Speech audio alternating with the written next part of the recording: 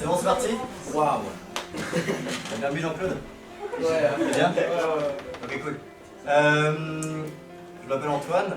Je suis parti sur Paris pour une formation d'acteur de cinéma où j'ai appris tout ce qui était gestion des émotions et en fait comment est-ce qu'on arrive à se connecter et transmettre un message avec un public. Ouais, à l'école on apprend à lire, à écrire, à compter. Et au moment où on doit parler, en fait il faut lever la main. On attend que le prof te dise ok vas-y, dis ce que tu as dans la tête. Il faut donner la bonne réponse et tout ce qui est les émotions, les ressentis on le met de côté. On a une petite poubelle au fond de soi et on dit ça on s'en fout. C'est pas pour être éloquent, ça veut pas dire citer du William Shakespeare, c'est parler avec le cœur. Et là le but c'est d'organiser un concours d'éloquence aussi avec vous. Vous irez à votre rythme et donc c'est pour ça que je suis là aujourd'hui. On va commencer à faire juste un premier tour de cercle. Et en fait dans le tour de cercle c'est de dire un peu quelles sont vos attentes, quel est votre prénom et c'est quoi votre météo personnelle. Alors météo personnelle ça veut dire quoi? Ça veut dire là je suis en forme, je pète le feu, je reviens de vacances, je suis au taquet. Bah, au début, j'avais peur, j'étais mal à l'aise. On était tous un peu comme ça, face à tout le monde. Et du coup, c'est vrai que c'est déstabilisant. Et donc on a fait beaucoup d'exercices, les gestes quand on parlait, etc. Donc c'était pour travailler ça. Ensuite, on devait la tonalité de la voix, sur la confiance en soi, ne pas se sentir jugé, etc., etc. Ça, on a beaucoup travaillé dessus aussi. Quand on était en cercle, c'est pour écouter les autres autour de nous, écouter ce qui se passe.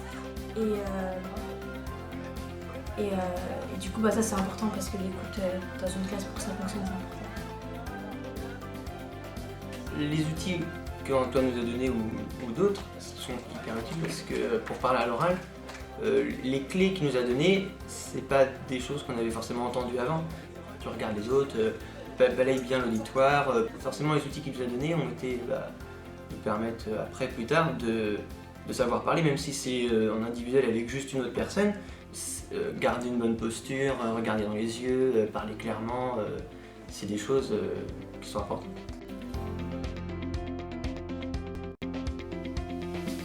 Aujourd'hui, la question qu'on me pose, c'est être libre, est-ce faire ce que l'on veut? Donc faire ce que l'on veut signifie faire ce que bon nous semble, ce qui nous plaît, autrement dit assouvir ses désirs sans contrainte. Donc quand on parle, on a forcément besoin de notre intelligence, on veut aussi respecter des codes sociaux. On vit dans une société où il y a plein de codes et plein de règles, et on se doit bien de les appliquer pour éviter de choquer, et on fait forcément appel à notre L'amour, intelligence. c'est un sentiment vif qui pousse à aimer, à protéger, à soutenir l'autre. Mais donc ma question c'est, est-ce que cet amour, cette protection, est-ce qu'elle est essentielle? Est-ce qu'on a vraiment besoin de ça pour... Et aussi, je pense aussi qu'on peut s'émerveiller et donc voyager, même on peut voyager en allant proche de chez soi, pardon. Donc par exemple, on n'est pas très loin de la mer, donc on peut aller à la mer et genre, ça nous change les idées. On apprend cette vérité. On est blessé au plus profond de nous. Parfois on s'en remet, parfois on s'en remet.